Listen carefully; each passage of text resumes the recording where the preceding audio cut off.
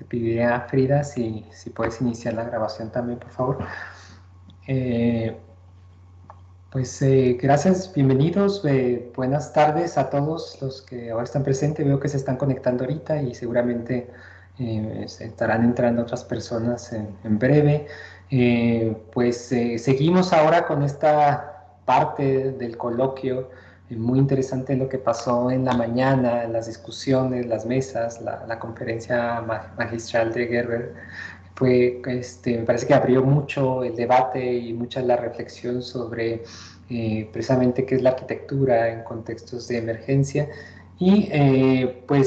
Aprovechando este espacio y en la organización pensamos que era pues, tal vez conveniente, y creo que va a ser también muy enriquecedor para todos los que estamos aquí, pues abrir este conversatorio de contextos de arquitectura en contextos de emergencia, y para eso pues se le pidió al doctor Alejandro González Milea que pues planteara algunas reflexiones, planteara algunas preguntas y pues prácticamente las dejara ahí. De alguna manera sembrar inquietudes, sembrar dudas, sembrar algunas reflexiones, y a partir de ahí pues que todos pudiéramos participar, opinar, reflexionar, preguntar sobre estas cuestiones que seguramente nos interesan a cada uno de nosotros, ¿no? Entonces, pues en primer lugar me voy a permitir presentar al doctor Alejandro González Milea. Él se formó como arquitecto y también como posgrado en licenciatura como arquitecto, tiene experiencia en el Instituto Nacional de Antropología e Historia en el campo de la conservación del patrimonio cultural, lo que provocó que muy pronto se interesara en la investigación histórica, buscando entender por qué o cómo era este proceso de asignar ciertos bienes para declarar los bienes inmuebles de patrimonio, y buscando también entender las relaciones entre la memoria y lo que podemos saber con certeza del pasado. Y de esta manera, con respaldo del Instituto Politécnico Nacional y el Instituto de Investigaciones Sociales de la UNAM, emprendió a partir del 2001 estudios sobre el norte mexicano en los estados de Nuevo León, Coahuila, Sonora, Baja California, Chihuahua, y desde el 2010 es profesor de tiempo completo, profesor investigador aquí en la Universidad Autónoma de Ciudad Juárez, ¿no? Le tocó llegar en un momento muy difícil en el 2010, cuando la ciudad estaba viviendo este estado de emergencia, de crisis en términos de la violencia y la seguridad, pero bueno, creo que así el doctor llegó y me parece que le ha permitido desde ahí también, desde entender esta situación de frontera que vivimos los que estamos por aquí, pues entender muchas de las situaciones que serán reflejadas también, reflexiones en sus estudios, ¿no? Durante todo este tiempo ha estado involucrado en diferentes ámbitos, sus estudios sobre la minería del carbón mineral, la minería y metalurgia del plomo argentífero y la plata, el establecimiento de nuevas poblaciones para las migraciones, la relación entre inundaciones y urbanización, que estos son los estudios recientes, y cómo se ocupa actualmente de entender esta relación este contraste entre los contratistas y los expertos. Sus preocupaciones de investigación, entre otras, han sido cómo aparece el discurso sobre la arquitectura en todas estas experiencias que acabo de relatar, ¿no? Comenté, bueno, es el doctor en arquitectura, en el 2007 obtuvo el grado, hizo un postdoctorado en el Instituto de Investigaciones Sociales de la UNAM por 2 años, ha publicado 2 libros de autor, ya viene otro que creo que todos lo estamos esperando desde hace algún tiempo, que es sobre los constructores en las ciudades fronterizas, que aparecerá en este año precisamente. Ha coordinado también 2 libros sobre patrimonio cultural y está preparando otro sobre vigilancia y control fronterizo con Olimpia Niglio, que el cual se va a editar en Italia a partir de la editorial Aracne Editrice.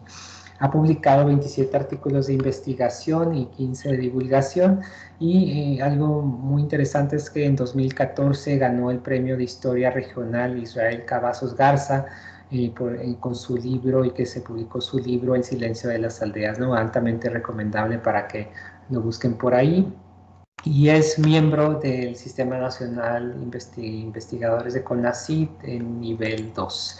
Bueno, yo creo que también antes de darle la palabra al doctor González Milea, me gustaría también plantear las reglas de cómo vamos a operar esto, porque lo importante de este momento es que pues sea muy nutrida su participación, en verdad se animen y que se arme el diálogo, se arme las opiniones, las reflexiones, las discusiones si es necesario también, y que pero les pediría que si pudieran lo hicieran a través de alzar la mano aquí en el sistema, y arriba tienen esta posibilidad, ahí hay un icono con una carita con una mano levantada. A partir de ahí nosotros podemos darles la palabra en el orden que lo hayan hecho, ¿no? Si alguien prefiere escribir un comentario, una pregunta, pues hágalo a través del chat también de este canal, y con gusto lo pasamos por aquí, ¿no? Yo trataré también, les pediré también que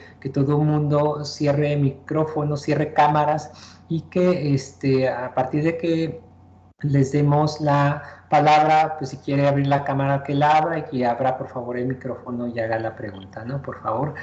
Entonces, bueno, pues sin más, creo que lo importante es ya entrar en materia, pues los dejo con el doctor Alejandro González Milea. Gracias. Hola, muchas gracias. Buenas tardes a todos. Tuvimos muy poco tiempo para comer, pero aquí estamos.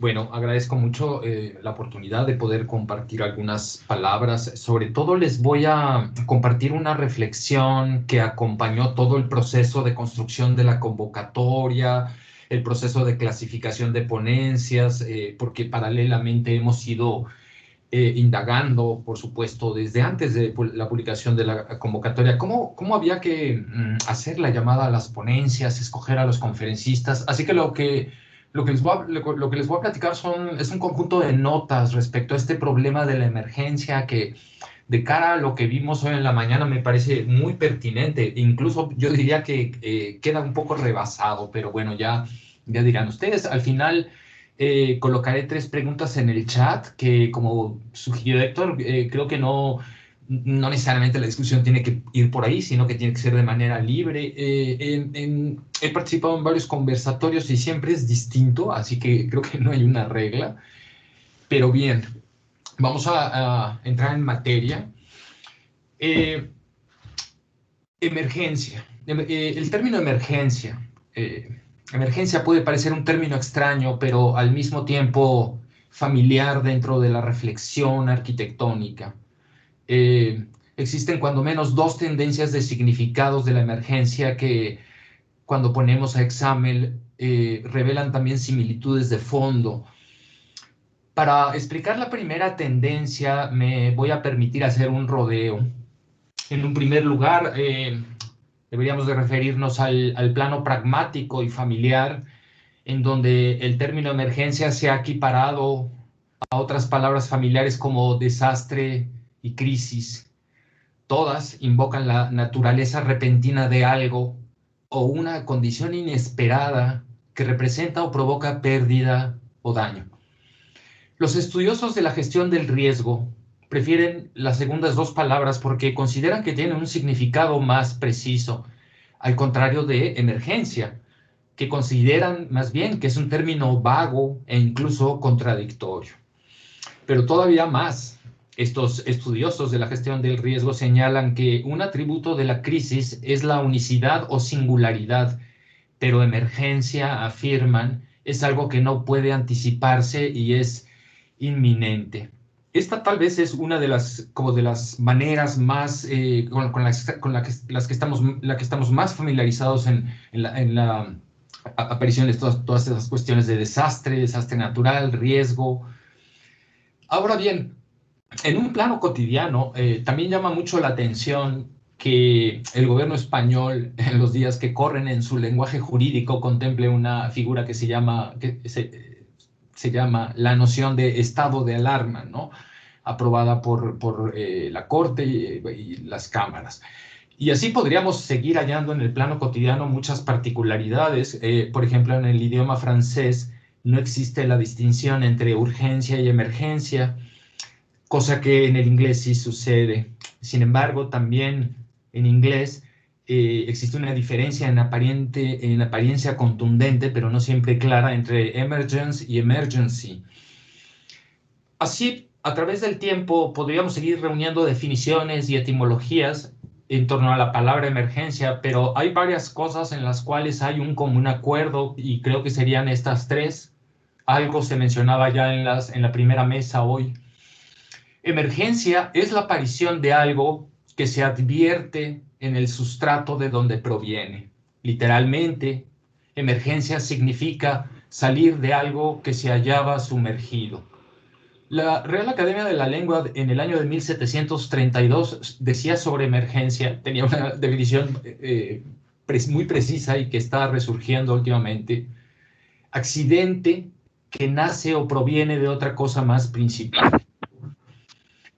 En este punto es fácil afirmar que hay un significado fuertemente impresionista de la palabra, la aparición, pero también es claro que hay dos componentes de la reflexión, que yo describiría del siguiente modo: algo que sirve como un todo, a partir de donde se advierte o puede advertirse ese cambio, o al revés, una alteración que precisamente nos da cuenta de cómo entendemos o no el mundo que aloja dicho cambio. Como podrán imaginar, y aquí está un poco digamos, mi tufo, mi perfil, ¿no? Los historiadores tienen formas peculiares de referirse a todo lo anterior. Por ejemplo, es moneda de uso corriente afirmar que un rasgo fundador de la modernidad ha sido la regulación o control de lo imprevisible. Marc Bedeau, un típico filósofo de la emergencia, también dice que, más que ser una curiosidad filosófica, la emergencia es un actor central y constructiva de toda nuestra comprensión del mundo natural. Pero podemos seguir. Antonio Gramsci, por ejemplo, en sus cuadernos de prisión, escribió lo siguiente: un error común en el análisis histórico-político consiste en la inhabilidad de hallar la relación correcta entre lo que es orgánico, yo escucho sistema, y lo que es coyuntural, yo escucho emergencia. Esto lleva a presentar, continúa Gramsci, las causas como inmediatamente operativas cuando de hecho operan indirectamente, o a asegurar que las causas inmediatas son las únicas efectivas. También Elías Palti, un historiador argentino de las naciones y de los estados, lo planteó de otra manera. Es diferente pensar la contingencia como un mero accidente, yo leo emergencia, a entenderla como una condición inherente a todo proceso histórico. Los historiadores llevan siglos buscando explicaciones plausibles a por qué ocurren las revoluciones sociales o por qué se desencadenaron las guerras. León Tolstoy, en Guerra y Paz, dedicó muchas páginas a esta reflexión. Claro, una tendencia de explicaciones también de muy larga data ha atribuido los cambios a la voluntad. Esta es la idea de Thomas Carlyle: la historia la hacen los grandes hombres. Pero otras, más científicas, si se quiere afirmar así, por el contrario, se cuestionan más bien sobre el equilibrio de un todo que se parece a un sistema y que de pronto pierde su condición y da nacimiento a algo completamente nuevo y diferente. Quizá queda claro que, aunque los historiadores han dado un contenido más analítico a la emergencia, no usan la palabra emergencia, pero es ese viejo problema de cómo explicar el cambio. Tampoco puede afirmarse que todas sus reflexiones se alejen de la noción impresionista de la palabra. En el plano de las ciencias humanas o humanidades, hay fructíferas reflexiones sobre la equidistancia entre emergencia y accidente. Por ejemplo, Jaime Vieira, un estudioso de la labor traductora de Emilio Uranga, que por cierto, el primer traductor de Martin Heidegger para México, se ocupó mucho de ubicar esta vertiente de la comprensión de la emergencia y extraje solamente una nota que me pareció muy reveladora de otros campos de investigación. Trae a reflexión un pensamiento, una deducción de John Locke, un filósofo del siglo XVII, que dice así: en realidad, de lo que tenemos experiencia es de los accidentes, y las sustancias son solamente supuestos que resultan de nuestra capacidad de composición en la mente. La sustancia es, pues, una suposición habitual de un algo que une y sostiene las cualidades sensibles que comúnmente llamamos accidentes. El problema un poco de ubicar a personajes como Emilio Uranga es que hay una parte de la historia en donde incluso se les asocia con los estados totalitarios, pero también con ideólogos, a Emilio Uranga, ideólogos de aparatos como el Partido Revolucionario Institucional, pero falta todavía hacer como trabajo de su vida intelectual, ¿no? Son cosas que se advierten en esto, ¿no? Ahora bien, una segunda tendencia de significado sobre la emergencia está más cercana al proyecto de explicación científica y creo que nos ayuda a aclarar la unidad de todo el problema de la emergencia. Algunos académicos, historiadores y filósofos de la ciencia emprendieron ya revisiones históricas del empleo del término emergencia en el contexto muy específico de la explicación científica o de la filosofía analítica, podríamos decir. De Wolf y Jolivet, por ejemplo, citaron al filósofo inglés Lewis, quien en 1875 escribía que podían distinguirse entre compuestos químicos resultantes o emergentes. Los compuestos químicos resultantes, en el caso de los compuestos químicos resultantes, el efecto puede deducirse de sus componentes, mientras que en el segundo caso, el de los compuestos emergentes, no se pueden indicar las partes del proceso, no se puede dar una explicación. Estas y otras ideas de Lewis se tomaron prestadas a inicios del siglo XX con dos finalidades muy concretas. Una fue reforzar un movimiento libre en las ciencias, filosofía e incluso en la teología, y que se denominó evolucionismo emergente y también se le llamó protoemergentismo. Este tipo de libros hablaban, por ejemplo, sobre la relación entre la vida humana y la vida de las especies animales, por ejemplo, ¿no? En este campo el concepto de emergencia fue debatido y discutido, pero sobre todo se usó contra el reduccionismo en otro proyecto como de desarrollo de la ciencia, ¿no? Que decía el reduccionismo que todo sistema puede reducirse a la suma de sus partes, ¿no? Saber si ubicar a Uranga y a sus amigos, no sé si esto tenga sentido investigarse solo en México, o tengamos que hablar de lenguas continentales o de hemisferios emocionales, es un tema que tal vez sería interesante discutir, porque las naciones tal vez no ayudan a explicar cómo se dieron estas corrientes. La segunda finalidad para la que se tomaron estas ideas de las explicaciones de Lewis sobre las reacciones químicas fue promover un movimiento académico o que se instaló en las academias más fácilmente, que fue el de la llamada la neoemergencia, que se aparejó pasadas las décadas con los famosos sistemas complejos o complejidad.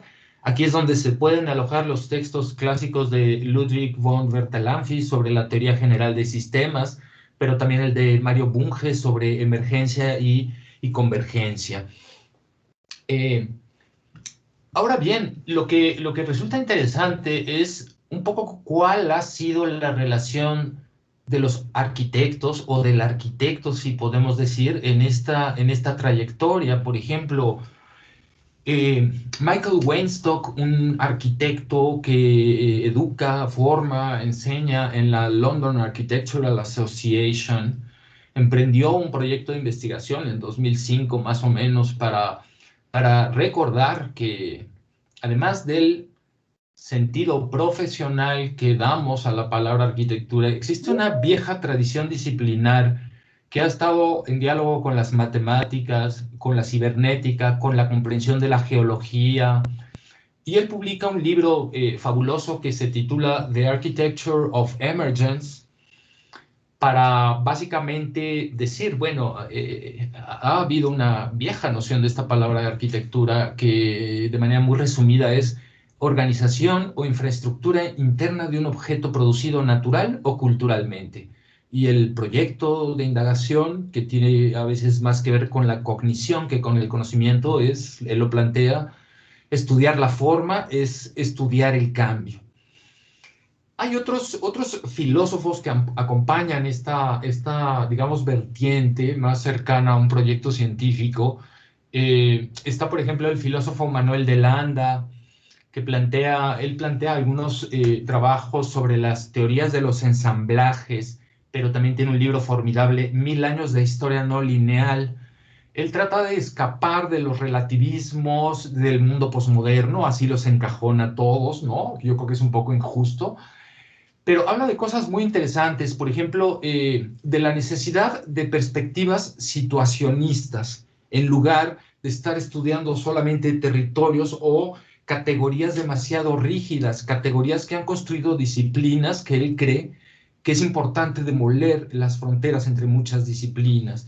También habla que en lugar de explicar la realidad en función de categorías teóricas que vienen de disciplinas, es importante reconocer que más bien estamos en un mundo donde todo es inestable y lo que hay es flujos de ensamblajes y desensamblajes que antes que tener, digamos, atributos absolutos, lo que muestran es que hay cadenas como de afectos que corren en un mundo muy diverso de cuerpos, objetos y muchas cosas más. Algo que siempre me gusta reflexionar en esta parte resulta sumamente interesante ver que a veces las teorías de la arquitectura carecen mucho de la experiencia de todas estas personas que cruzaron en algún momento la profesión de la arquitectura, pero que se fueron a construir la disciplina a lo otro lado. Mi ejemplo preferido es Ludwig Wittgenstein, por supuesto. ¿Qué fue? ¿Hubo algo de lo que aprendió como arquitecto que le permitió construir su gran aparato filosófico? Yo creo que hay una historia de la arquitectura como ciencia que lo permite confirmar, por supuesto. No es gratuito. Por todo lo anterior, bueno, todo lo anterior ya se puede leer desde Aristóteles. También esto es algo en lo que coinciden muchos de los emergentistas, ¿no? Quien en su metafísica decía, el todo es algo más allá de las partes y no solamente la suma de todas ellas, en el que los todos tienen propiedades distintivas que emergen en cursiva a través de procesos de interacción sucesiva entre distintos niveles de organización e integración. La cuestión puede ser qué es lo que emerge, de dónde emerge, cómo se produce la emergencia. Con esto creo que con facilidad podemos entender las implicaciones que todo esto tiene en infinitud y variedad de artefactos, edificios, proyectos, planos, programas, presupuestos y una larga terminología propia de los expertos.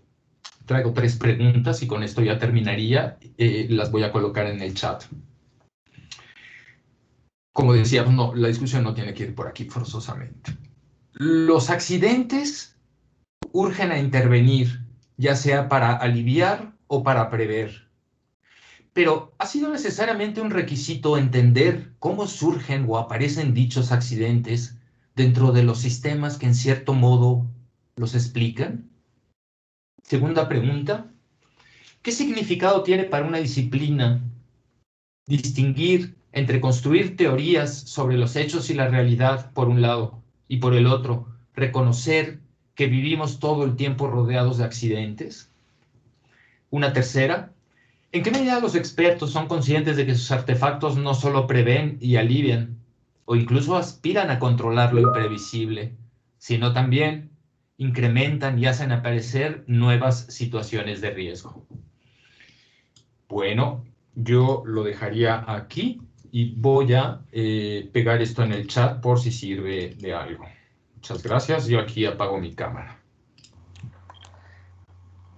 Sí, no, por ahí ya está cargando el doctor Milea las preguntas porque nos pidieron si podíamos ponerlas ahí en el chat, ya están ahí. Y bueno, pues me parece que ha planteado Alejandro muchas cosas, muchos elementos de reflexión, un análisis que de una manera busca acercarnos a lo que tenemos como emergencia y que me parece que da para muchas preguntas, para muchas reflexiones. Entonces, a partir de aquí, abro el canal de preguntas, si alguien quiere comentar algo, si lo puede hacer a partir de levantar la mano, por favor.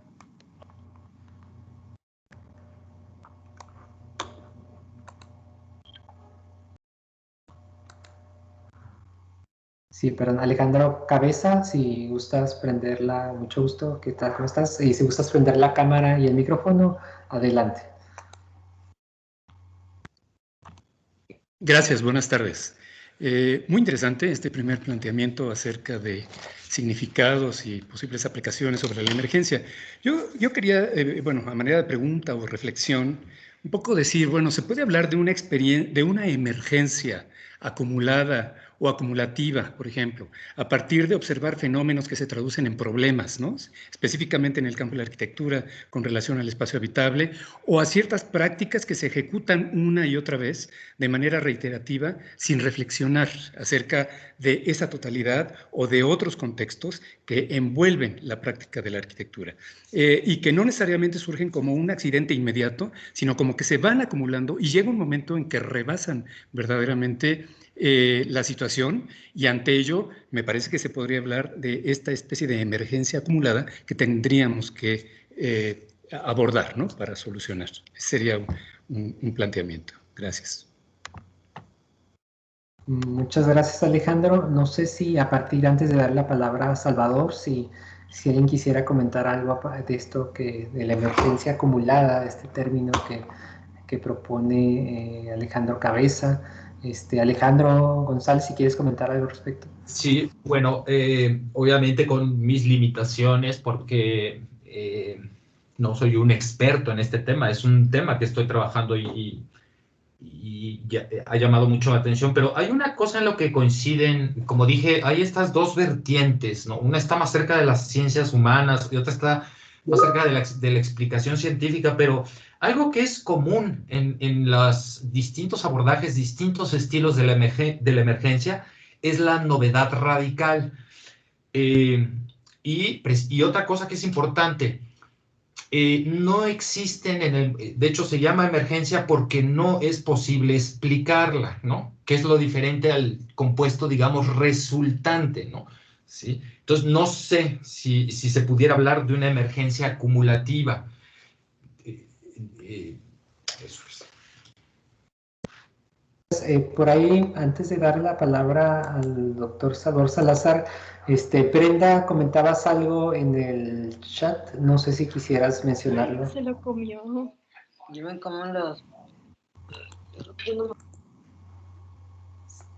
Bueno, si no, tal vez, bueno, ella comenta, Brenda, la emergencia que se confunde y se equipara a lo urgente, y ella supongo que lo pone como una confusión a veces que hay, que precisamente genera situaciones ahí distintas en términos conceptuales. Inclusive yo pondría otro concepto, lo emergente, como estas situaciones que a veces no tienen este carácter de urgente, de crisis, pero que están apareciendo y tal vez nos damos cuenta hasta que vemos las consecuencias precisamente del cambio, de la ruptura, de la ruptura de lo que entendemos como normalidad. Pero bueno, ya discutiremos un poco más. Salvador Salazar, si quieres comentar algo, por favor.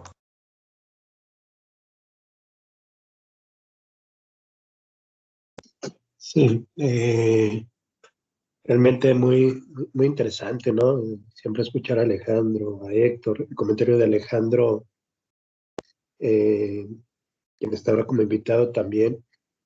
Y un poco, a mí esta introducción que da Alejandro Milea sobre el concepto o la idea de emergencia o el término emergencia, me planteó reflexionar, porque en la mañana cuando iniciamos nuestra participación efectivamente nos remitimos a una definición básica etimológica del término, ¿no?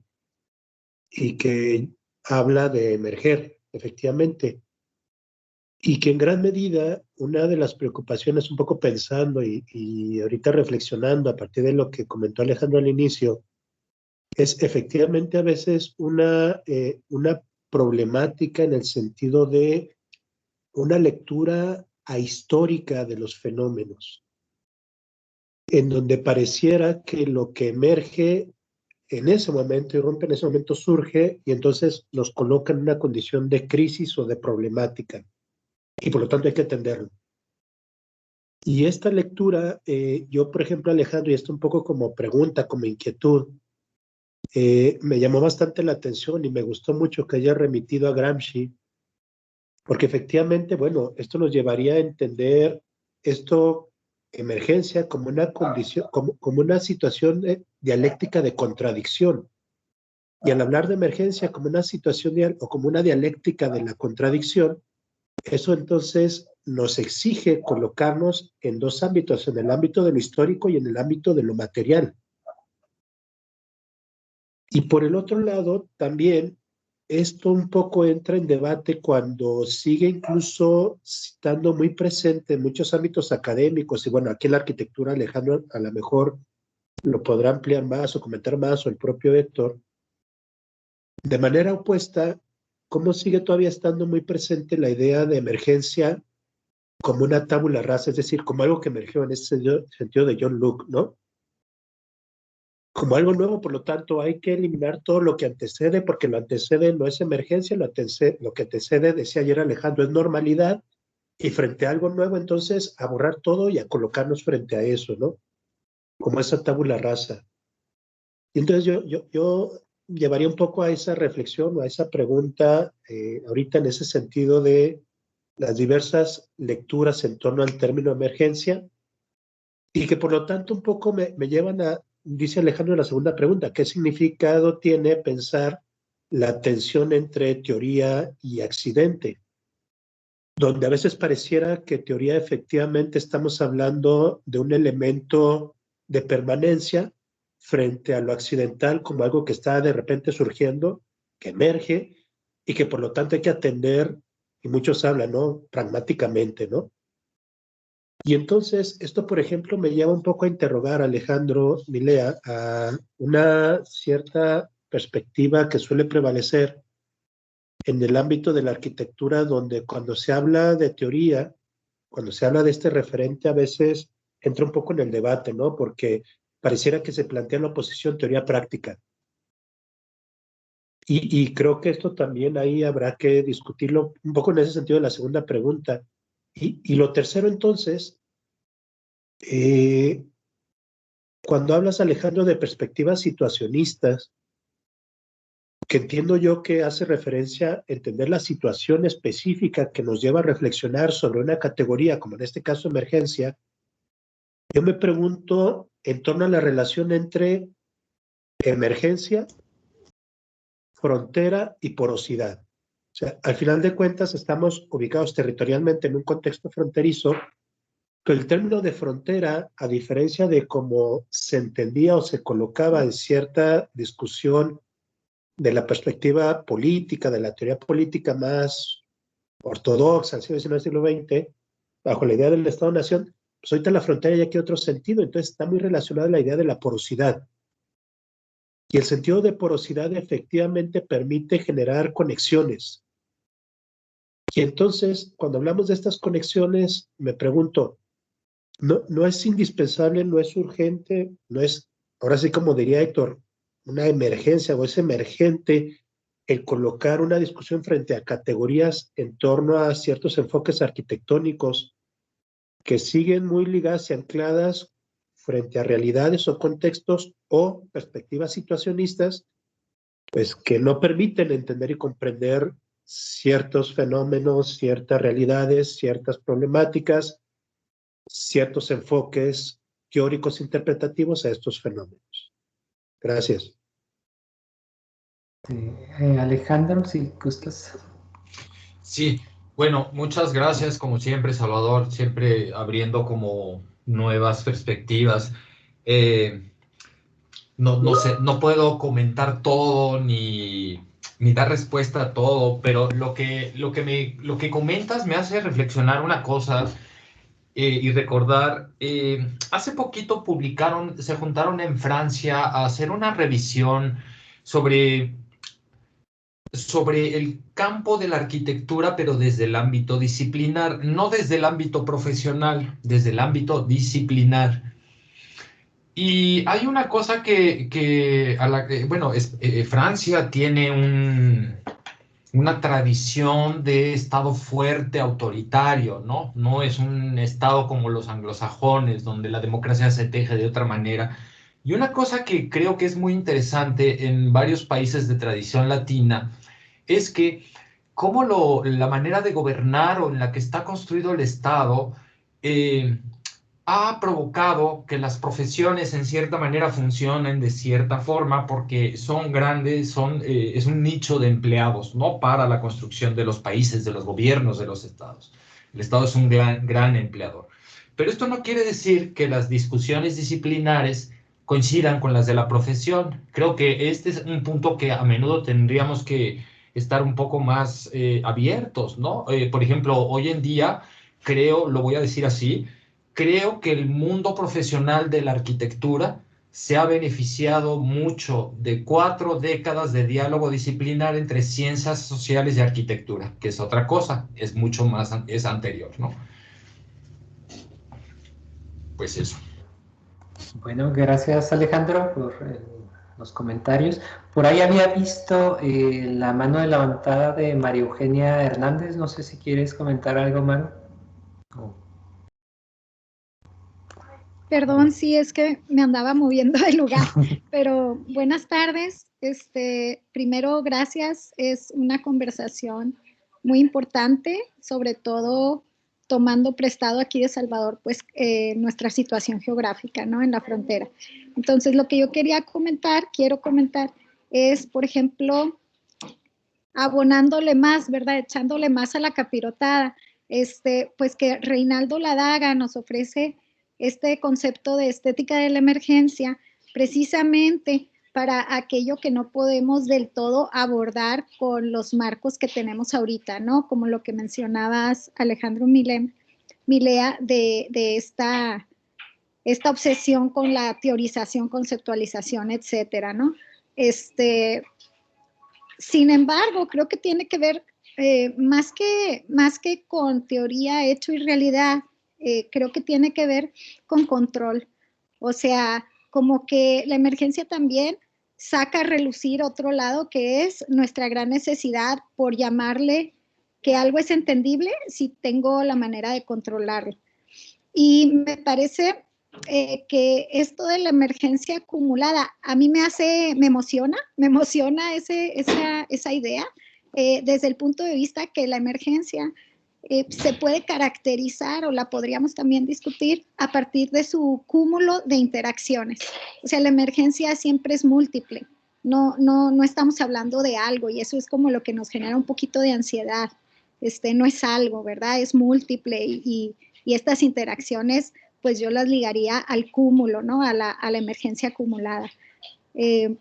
También no es una respuesta, es nada más para seguir buscándole. Muchas gracias, Maru. Alejandro, ¿quisieras comentar algo al respecto? No, yo estoy tomando nota, todo muy interesante. Bueno, por ahí también había entonces un mensaje de Alejandro Cabeza. No sé si quieras retomarlo, Alejandro, abrir tu micrófono y comentarlo. Sí, gracias, Héctor. Pues sí, yo me estaba refiriendo también y pensando, digo, cuando uno habla de arquitectura emergente se imagina soluciones arquitectónicas que ayudan a resolver el problema inmediato, el accidente, etcétera. Pero me parece ser que también hay otra fase preventiva que podemos incluso abordar desde la academia y desde la profesión también, de la práctica profesional, sobre estas situaciones que la misma arquitectura y la construcción provocan, ¿no? Como accidentes. Es decir, a veces hemos visto deslaves, hemos visto obstrucciones de flujos descubrimientos pluviales, etcétera, ¿no? O inundaciones inclusive a nivel de escala urbana, por la localización de los sitios, etcétera, ante esa falta de prevención, ¿no? Entonces yo por eso decía esto de qué sucede cuando esta huella arquitectónica, por llamarla de alguna manera, otra forma, provoca situaciones de emergencia, ¿no? Y incluso en casos tan a veces no considerados como la invasión del espacio natural de otras especies, ¿no? Yo creo que hace mucho, y a lo mejor en este devenir histórico a lo mejor nos podrá el doctor ilustrar sobre cuándo empezamos a pensar realmente en otras especies, ¿no?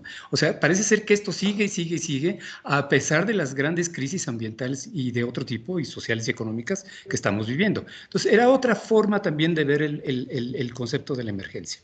Gracias. Muchas gracias, Alejandro. Inclusive a mí me recuerda por ahí un autor aquí de Juárez, hablaba de esta devastación por diseño, muy relacionada a lo que comentas, en el sentido de estos grandes masas de vivienda que simplemente invaden el territorio sin considerar nada más, ¿no? Y que en base a, bueno, de manera contraria a esta emergencia acumulada, esta visión múltiple que implica la emergencia, pues esto se iba sobre una situación muy lineal, muy normalizada hasta cierto punto, ¿no? Adelante, Alejandro González, perdón.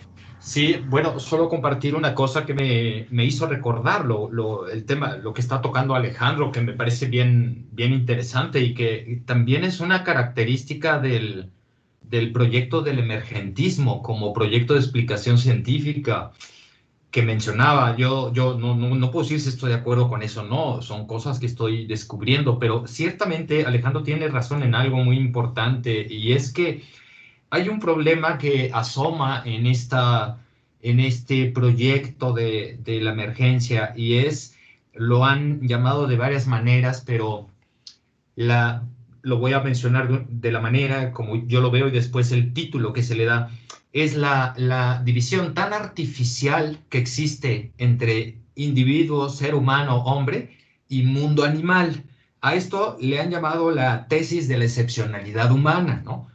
O sea, se han preguntado un poquito, con tantos avances en biología evolutiva, en neurociencias, ¿por qué seguimos atribuyendo al ser humano atributos singulares que lo separan del mundo natural? No sé, Alejandro, si te seguí la corriente, pero creo que es un punto bien importante. Y hay ahí explicaciones. No es raro que los emergentistas más duros tengan como una batalla muy fuerte con antropólogos y sociólogos, por ejemplo, ¿no? Eso es interesante. Perdón, si me prendo más para responder rápidamente. Sí, pero esa es una parte nada más, ¿no? Yo creo que cuando se tiene impacto en el territorio, y por eso mencionaba yo factores abióticos, que no necesariamente son animales ni especies de ese tipo, sino que es un recurso natural, ¿no? Cualquiera, o sea, geología, edafología, etcétera y demás. Y también hablamos de cuestiones de invasión o destrucción de patrimonio cultural, o a veces hasta intangible, ¿no? Es decir, hay una gran diversidad, es un mosaico muy amplio en el cual estamos provocando accidentes a través de un diseño arquitectónico que no es muy consciente de ello, ¿no? A eso me refería también. Muchas gracias, Alejandro Cabeza. Y por ahí veo la mano levantada de Andreu Marful. Si puedes comentar, Andreu, por favor.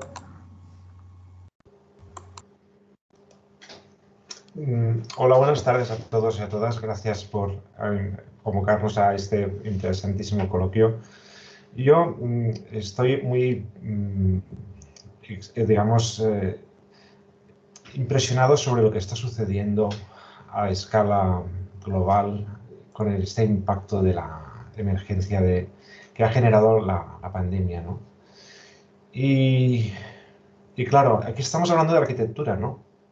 Y también un poco de ciudades, pero me ha venido a la mente una reflexión, y es aquí en Barcelona, ¿no? Yo en Barcelona ha habido una contaminación muy alta del virus. En su momento fue de los lugares más altos del mundo, ¿no? Concretamente mi barrio fue donde empezó a contagiarse más la ciudad.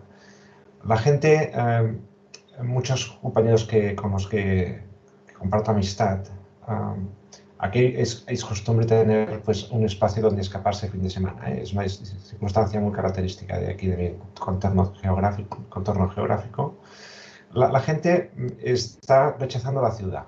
O sea, hay un fenómeno de rechazo de la ciudad generalizado. La gente huye de la ciudad. La gente ve la ciudad como un lugar contaminado. La gente ve los automóviles con transporte público también como un espacio a reusar. Hay como ha afectado incluso al paradigma que se construye desde la ciudad barcelonesa de poner en un pedestal el transporte público, ¿no? Claro, está cambiando el espacio paradigmático de la idea de la ciudad, de la metrópoli, de vivir la calle, de vivir los espacios de encuentro en las esquinas, de vivir apretados, ¿no? Y claro, está haciendo replantear incluso la actividad misma del ser humano, ¿eh? Pero ha sido necesario que nos encontremos en un estadio de angustia. Ha sido necesario que nos quedemos sin trabajo mucha gente y ha sido necesario ver que nada cambia, ¿no? Que el ser humano no está capacitado para adaptarse económicamente a todo este impacto. Luego, las ciudades pasan a tener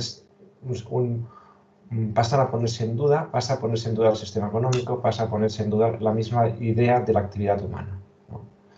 Y bien, este debate, salvo en lugares tan encantadores como este que estamos aquí intentando explorar, no forma parte de la agenda periodística ni de la agenda mediática, ¿eh? El contraponer la actividad humana con la incapacidad de poner remedio a esta emergencia, ¿eh? Es la reflexión que quería comentar, ¿no? Y esto tiene que ver con muchos de los aspectos que se están comentando aquí, que están saliendo a la luz, como el impacto ecológico, por ejemplo, ¿no? Era solamente una apreciación que me ha venido en mente escuchándoos. Muchas gracias, Andreu. No sé si Alejandro quisieras comentar algo al respecto, o alguien quisiera comentar algo al respecto. Más comentarios. Sí. Bueno, ¿alguien tendrá alguna otra pregunta? Salvador, hablar. Sí. ¿Quisieras tomar la palabra, Salvador? Y más rápido, perdón, escuchando a Andreu, escuchando a Alejandro, no a Milea, al otro Alejandro, una disculpa. Cabeza. ¿Cabeza? Alejandro Cabeza, sí. Ok, Alejandro Cabeza. Yo estaba pensando, y también cómo poder entender la relación entre emergencia, impacto y temporalidad. O sea, porque cuando hablamos sobre la problemática, por ejemplo, ahorita decía Andreu, lo que ha venido a generar la pandemia, una serie de implicaciones, que eso es, pues estamos hablando de un tiempo de un año, o lo que menciona, por ejemplo, Alejandro Cabeza, ¿no? De el impacto que ha generado otras intervenciones urbano-arquitectónicas en ciertos escenarios que ha tenido implicaciones frente a la pérdida o el impacto en la pérdida del patrimonio, incluso intangible, en fin. Y a veces creo que también, por ejemplo, y ahorita se hace referencia, y Maru, también a la frontera como una condición espacial, pero a veces también perdemos de vista la relación de pensar las temporalidades cuando hablamos de la emergencia. Y esto en el sentido de los tiempos cuando uno piensa la cuestión arquitectónica.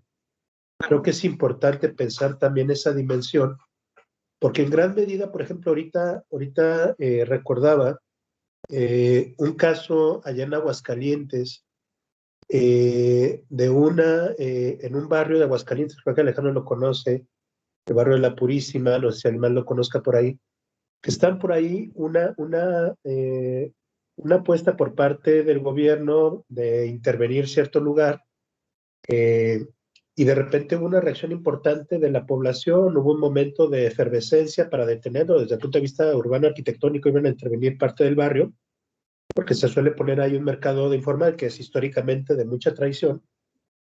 Y de repente, ¿qué empezó a hacer como estrategia el gobierno? Pues empezó a dejar que pasara el tiempo, porque esa efervescencia, ¿qué pasó? empezó a entrar como una especie de una nueva tensa tranquilidad. Y entonces yo ahorita me pregunto, a ver, ¿qué sucede con esta relación entre emergencia, impacto y tiempo? Creo que esa parte también es muy importante pensarla desde la dimensión urbano-arquitectónica. Vamos, gracias. Muchas gracias, Salvador. Me parece que hay muchísima reflexión, me parece que desde varios puntos de vista, que creo que este conversatorio para nada tendrá el objetivo de sacar conclusiones, sino al contrario, me parece que dejar el debate abierto, esto será fundamental, ¿no? Precisamente para llevarnos reflexiones, para empezar a analizar desde varios puntos de vista esta situación de la emergencia, ¿no? Y que sí, bueno, del impacto, de la temporalidad, de la ecología, desde la frontera, desde lo acumulado, esta situación en términos de acumulación, de cúmulo, de relaciones múltiples. Creo que hay muchas cosas por ahí que podemos reflexionar. ¿Alguien más que quisiera tomar ahorita la palabra? Está abierta. Alejandro, pues adelante, sí. Solo algo muy, muy concreto que también me intriga mucho y, bueno, compartirlo. Este problema es un problema de dignidad también, no es sencillo de explicar por qué es necesario separar en las cuestiones no solo de conocimiento, sino también de gestión de los riesgos en el mundo, separar a la especie humana de otros animales, incluidos los mamíferos, ¿no? Pero llama mucho la atención que la historia que están escribiendo los emergentistas, por ejemplo, Manuel de Landa, escuchando hace rato a Alejandro Cabeza, él dice que hay básicamente tres grandes ejes que están revolucionándose a sí mismo, dando lugar a situaciones nuevas, ¿no? Geología, mundo orgánico, y el tercero es muy interesante, es el mundo de la información, ¿no? Digamos, para escapar de los encuadres de las disciplinas. Y esto creo que explica muy bien los dos tipos de ciencia que están presentes cuando se desata una calamidad o un desastre. Esto ya llevamos un rato con esto, que es la ciencia normal, que está explicando por qué sucedieron las cosas, y lo que llaman la ciencia postnormal, que es la que atiende propiamente el riesgo, es la que ha definido no existen desastres naturales, los desastres tienen que ver con la vulnerabilidad, ¿no? Y esto me parece importante separarlo porque también se puede confundir como con mucha facilidad lo que el marco ético de nuestra profesión nos obliga o nos invita a hacer o encontrar un nicho de trabajo, creo que es muy justificable, del proyecto de explicación, que creo que a veces puede ser otra cosa. Gracias, Alejandro. Alejandro Cabeza, si gustas tomar la palabra. Gracias, Héctor. Sí, yo nada más quería, bueno, finalizar con esta cuestión de que creo que sí tenemos esta gran capacidad y posibilidad de prever, es decir, la cultura de la prevención ante la emergencia, ¿no? Y vuelvo otra vez un poco a la cuestión académica de la academia y a lo mejor es un poco más difícil en la profesión, pero sí desde el proceso proyectual, ¿no? O sea, como mediadores que mencionaba Frederick esta mañana, ¿no? ¿Cuál es nuestro papel? ¿Cuál fue el papel en el pasado? De alguna manera u otra prever qué es lo que va a suceder y tratar de evitar en la medida de posible dentro de nuestra actividad y nuestro nicho esta cuestión, ¿no? Entonces yo creo que sí es necesario promover, motivar este aprendizaje del prever, de la premonición, de dónde estamos parados, qué podemos hacer para justo evitar pues, estos accidentes y estas emergencias que desde el mismo campo podemos provocar, ¿no? Y esto hablo en una escala no solamente arquitectónica, sino urbana principalmente, ¿no? Gracias. Muchas gracias, Alejandro. Sí, Salvador, creo que tiene la mano levantada. ¿O no? Oh, no, disculpen. Ok. Bueno, pues yo creo que en términos de la emergencia, de lo emergente, me parece que es importante porque al final hay una situación que se sale de control. Me parece que parte importante de la es a veces entender todo como demasiado controlado, demasiado normalizado. Ayer comentaba en una entrevista Alejandro esta situación del proyecto arquitectónico que siempre pretende suceder desde una situación de plenitud, ¿no? En el que el arquitecto está ahí para poder plantear todos sus dotes como artista, como creador, y que sin embargo también hay una situación en la que no nos damos cuenta de otras pues sí, situaciones que salen de esa normalidad y que, como hoy en la mañana veíamos en la conferencia magistral, al final son las que están definiendo nuestro mundo, nuestra habitar, nuestra cotidianidad, nuestras ciudades, ¿no? Y que sin embargo no son entendidas o atendidas por la arquitectura en su mayor totalidad, ¿no? Sobre todo por los medios que controlan estas situaciones de qué es arquitectura, qué se valora en la arquitectura, y me parece que eso debería ser urgente, como lo que estamos haciendo en este momento, ¿no? De alguna manera estudiar y analizar y discutir y entender que hay otras situaciones que son mucho más complejas, son mucho más complicadas, que incluyen mucho más otras cosas, y que de alguna manera no sé qué pasará en términos de la práctica de la arquitectura, pero sí sé que nos tocaría a los arquitectos entenderlas, comprenderlas, estudiarlas, precisamente para ver, prever cosas, anticipar cosas, o simplemente entender cosas de lo que está pasando en nuestro mundo, ¿no? Y no quedar a veces como situaciones ingenuas de lo que está pasando, ¿no? Que tienen que ver con una amplia gama, ¿no? Desde la ecología que veíamos ahorita hasta cuestiones sociales, cuestiones de frontera, cuestiones de muchas cosas, ¿no? Creo que habrá que abrir los ojos, y las otras disciplinas nos están enseñando, nos están ayudando a reflexionar y entender esto. Bueno, no sé si hay alguna otra reflexión, alguna otra comentario.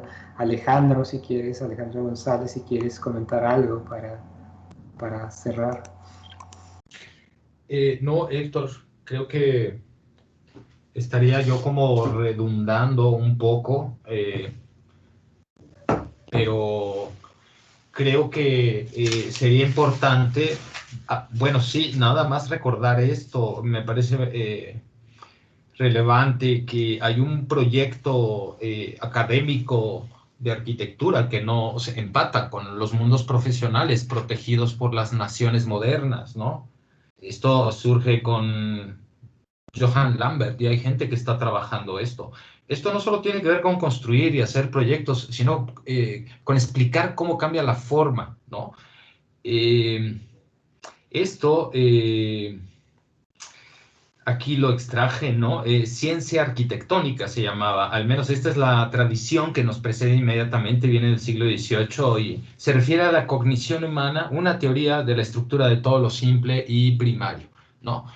Y esto me parece bien interesante porque cuando estamos en una maestría en investigación, con enfoque en investigación, me pregunto si toda la investigación necesariamente va encaminada a resolver cosas que damos por descontado que son problemas y requieren solución, y ni siquiera discutimos si estamos controlando lo imprevisible o mitigando o previendo, ¿no? Un poco el asunto del que hablaba Maru, ¿no? Son temas que se tienen que discutir fuera de la profesión. El aparato teórico conceptual de la profesión del arquitecto no es suficiente para discutir este tipo de problemas, pero es fundamental saber si creemos lo que decía Frederick Graeber en la mañana, pensamos que estamos aliviando, pero generamos un nuevo problema para las siguientes generaciones.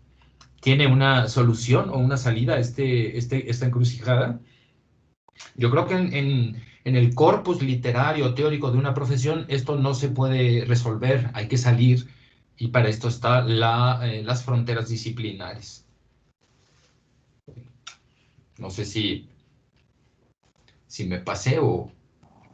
No, adelante. Gracias, Alejandro. Yo con este comentario, y bueno, en verdad agradecerle a todos sus reflexiones, sus preguntas, sus comentarios, que que de alguna manera nutrieron este conversatorio y nutren la reflexión que nos toca hacer como programa, como arquitectos, como espacio de estudio sobre la arquitectura, y que, como digo, pues no creo que es el momento de sacar conclusiones, al contrario, me parece que es el momento de dejarlo abierto, de dejar la reflexión en construcción, porque me parece que pues para nada está acabada, sino apenas se inicia, ¿no? Y bueno, pues gracias, agradecemos toda su participación.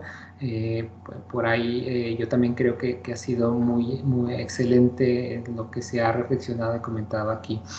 Y bueno, solo para anunciar, en unos 15 minutos exactamente, a las 16:20, iniciará la segunda mesa del coloquio Praxis Arquitectónica en contextos de crisis y emergencia.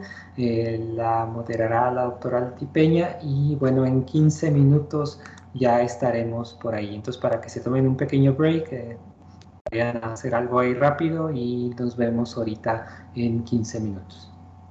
Gracias a todos.